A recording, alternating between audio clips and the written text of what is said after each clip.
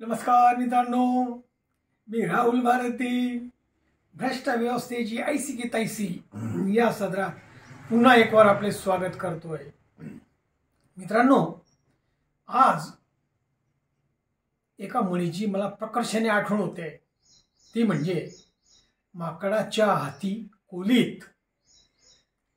मित्रांनो, त्याचे कारण असे आहे की महाराष्ट्राच्या राजकारणात बहुधा अपघातानेच आलेल्या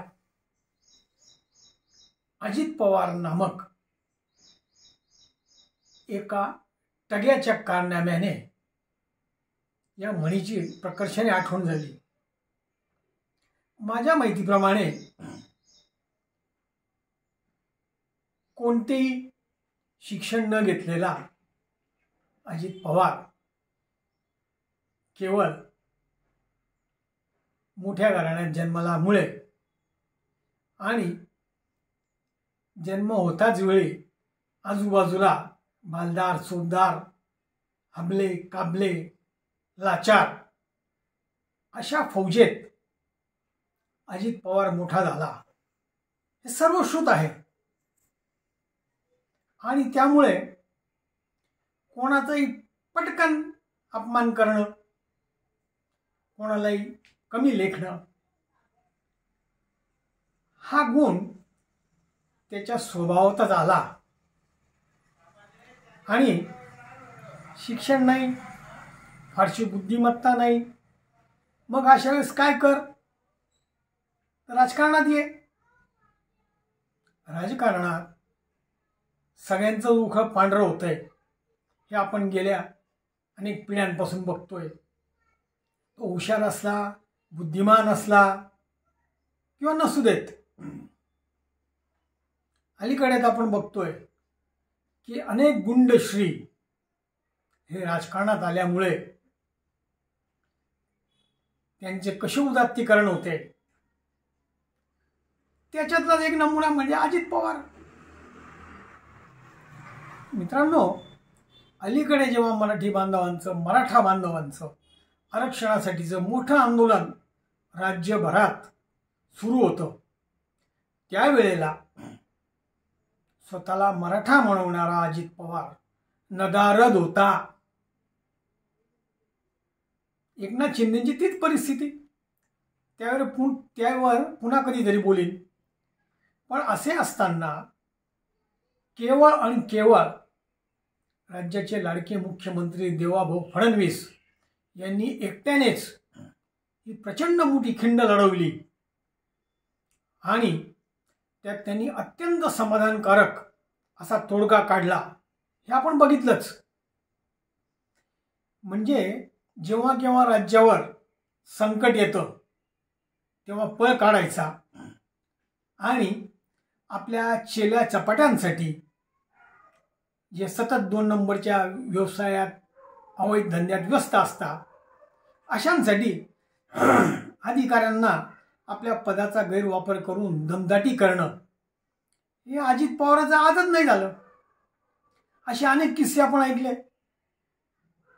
परंतु अत्यंत उच्च कुळात जन्मल्यामुळे, श्रीमंत कुळात जन्मल्यामुळे अजित पवार हा सर्वांना सहन करावा लागतो, असा एक राजकीय नेता आहे. आणि अजित पवार ज्या म्हणून अधिकाऱ्यांना झापतो, त्यांची माहिती घेतली तर असं लक्षात येतं की हे सगळे अधिकारी अत्यंत भ्रष्ट असल्यामुळे ते लिंपित असतात, म्हणून ते लाचार देखील असतात.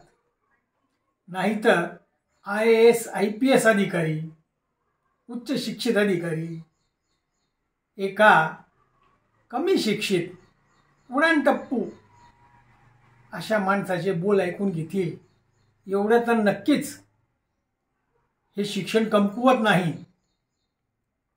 आता कालच एका नवतरुणी असलेल्या कृष्णा नावाच्या DYSPने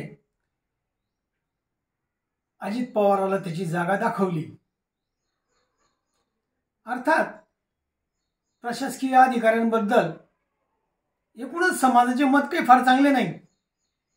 परंतु जेव्हा हे प्रशासकीय अधिकारी नवीन नवीन असतात, नवनियुक्त असतात, नवीन रंगरूट असतात, त्यावेळेला हे फार शेखी मारता, फार बगारता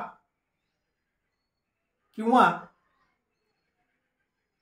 फारच प्रामाणिक असल्याचा यांचा आविर्भाव असतो.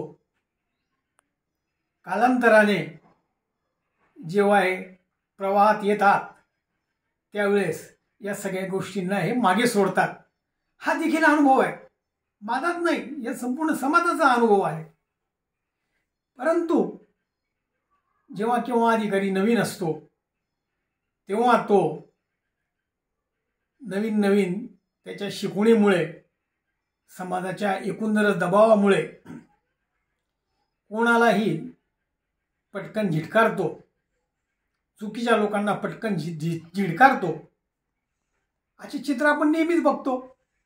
पुढे जाऊन काय होतं, त्याच्यात त्या भागातला, त्या विभागातला भ्रष्टाचार कमी होतो का, संपतो का, तर त्याचे उत्तर नाही असेच आहे.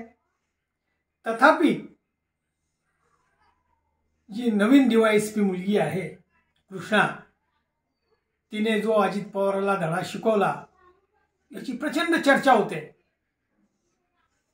त्या मुलीचे, त्या महिलेचे कौतुक देखील होते. असं असतानाही अजित पवाराने तिला जो झापण्याचा प्रयत्न केला हा निश्चितच निंदनीय आहे. इथं प्रश्न येतो की राज्य महिला आयोग करतंय काय? राज्य महिला आयोगाला एका कमी वयाच्या महिला अधिकाऱ्याचा जाहीरपणे अपमान होत आहे हे पाहिल्यानंतर, हे निदर्शनास आल्यानंतर त्यांनी काय कारवाई केली हा देखील प्रश्न सर्वांच्याच मनात आहे.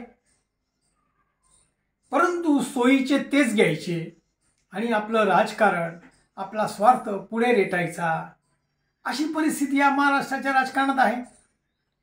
आणि असंघाशी संघ केल्यामुळे जी राज्यशास्त्राची बदनामी होते ते देखील कुठेतरी माझ्यासारख्या प्रामाणिक नागरिकाच्या ध्यानात येते. मित्रांनो, हा कालचा संपूर्ण प्रकार आणि त्याच्या अनुषंगाने केलेला मी हा व्हिडिओ हा जर आपल्याला पसंत पडला असेल किंवा त्यावर आपल्या काही प्रतिक्रिया, सूचना असतील त्यांचे मी स्वागतच करीन. आणि जोडून एक विनंती करतो की माझा हा व्हिडिओ आपल्याला पसंत पडला असल्यास माझ्या या व्हिडिओला जास्तीत जास्त शेअर करून, लाईक करून, सबस्क्राईब करा आणि मला उपकृत करा ही विनंती येथे सांगतो. नमस्कार, जय हिंद, जय महाराष्ट्र.